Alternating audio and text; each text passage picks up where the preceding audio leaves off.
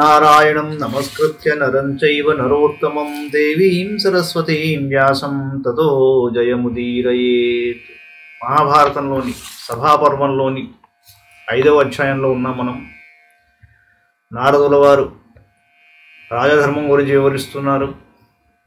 ఎన్నో ప్రశ్నలు వేస్తూ వాటి ద్వారా చెబుతున్నాడు ఆయన. కచ్చిదర్థాన్ వినిశ్చిత్య లఘుమూలాన్ మహోదయాన్ క్షిప్రమారభసే కర్తుం న విఘ్నయసి తాదృశాన్.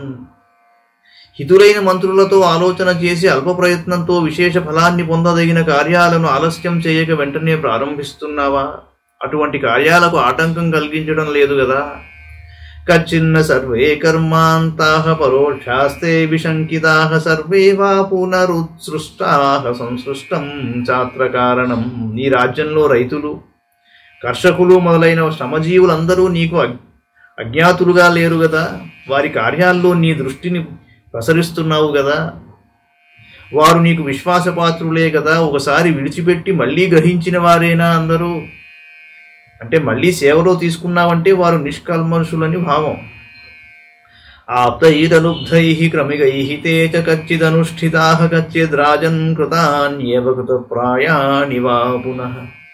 ఆప్తులు, లోభరహితులు, వంశక్రమంగా సేవిస్తున్నవారు కృషి నిర్వహణ చేస్తున్నారా?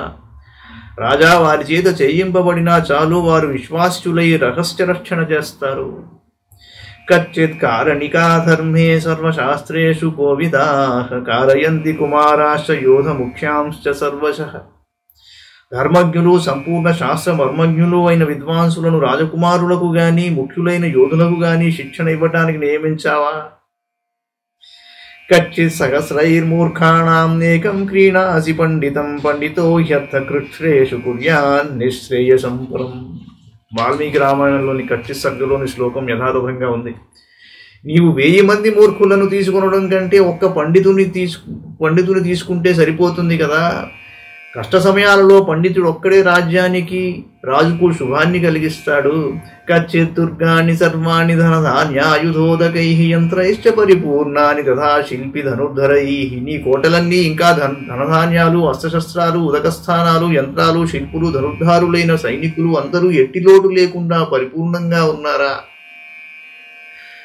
ఏకోప్యమాత్యో మేధావీ శూరో దాంతో విచక్షణః రాజానం రాజపుత్రం వా ప్రాపయేన్మహతీం శ్రియం. మేధావి, శూరుడు, ఇంద్రియ నిగ్రహం గలవాడు, విచక్షణ జ్ఞానము గల మంత్రి ఒక్కడైనా రాజునకు గాని రాజపుత్రులకు గాని గొప్ప సంపదను కలిగించగలడు. కచ్చిదష్టాదశాన్యేషు స్వపక్షే దశపం చ త్రిభిస్త్రిభిరభిజ్ఞాతైః వేచ్చి తీర్థాని చారకైః. ఒక్కొక్క ప్రదేశంలో తీర్థంలో ముగ్గురు చొప్పున ఒకరికొకరు తెలియకుండా శత్రుపక్షంలోని 18 మంది మీద నీ పక్షంలో 15 మంది మీద గూఢచారులను నియమించావా? మీ ప్రపంచం యావత్తు గొప్ప గొప్ప దేశాలలో ఎటువంటి ఇంటెలిజెన్స్ ఏజెన్సీస్ ఉన్నాయో వాళ్ళు పాటించేది ఇదే. మొస్సాద్ తీసుకోండి, కేజీబీ తీసుకోండి, సిఐఏ తీసుకోండి, ఏ దేశంలోనైనా గూఢచార వ్యవస్థలో జరిగేది ఇదే. మహాభారతంలో చెప్పిన మాట. కచ్చిత్ అంటే ఇక్కడ 18 తీర్థాలు.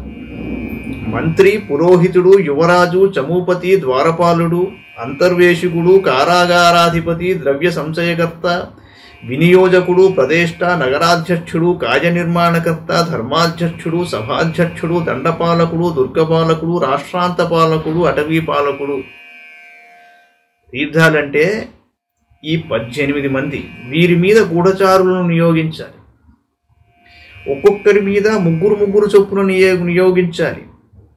వారిలో ఒకరికొకరు తెలియకూడదు. మళ్ళీ ఇది శత్రుపక్షంలో పద్ధతి. తన రాజ్యంలో ఈ ముగ్గురి మీద చార వ్యవస్థ ఉండకూడదు. ఇక్కడ చిన్న న్యాయం ఉంది. వాళ్ళు మంత్రి, యువరాజు, పురోహితుడు ఇలా చారుల నుండి రాజు సమాచారం సేకరించాలని నీతి శాస్త్రం మనకి చెబుతుంది. కచ్చిద్విషామ విధ ప్రతిపన్నశ్చ సర్వదా నిత్యయుక్తో రిపుం సర్వాన్ వీక్షసే రిపుసూదన. శత్రుసూదనుడా, నీవు శత్రువుల నుండి అజ్ఞాతంగా ఉంటూ నిత్యము జాగరూకుడువై ఉంటూ వాళ్ళ కదలికలను, చేష్టలను ఒక కంటితో కనిపెట్టి చూస్తున్నావా? కచ్చిద్ వినయ సంపన్నః కులపుత్రో బహుశ్రుతః అనసూయురనుప్రష్ట సత్కృతస్తే పురోహిత. వినయశీలుడు, సత్కులమందు జన్మించినవాడు, పండితుడు, విద్వాంసుడు, అసూయ లేనివాడు, శాస్త్రచర్చలో నేర్పుగలవాడు అయి నీ పురోహితుడు నీ చేత సత్కరింపబడుతున్నాడా? తర్వాత అంశాలు తర్వాత చూద్దాం. మంగళం భగవాన్ విష్ణు, మంగళం గరుడధ్వజ, మంగళం పుండరీకాక్షో, మంగళాయతనో హరి. సర్వం శ్రీకృష్ణార్పణమస్తు.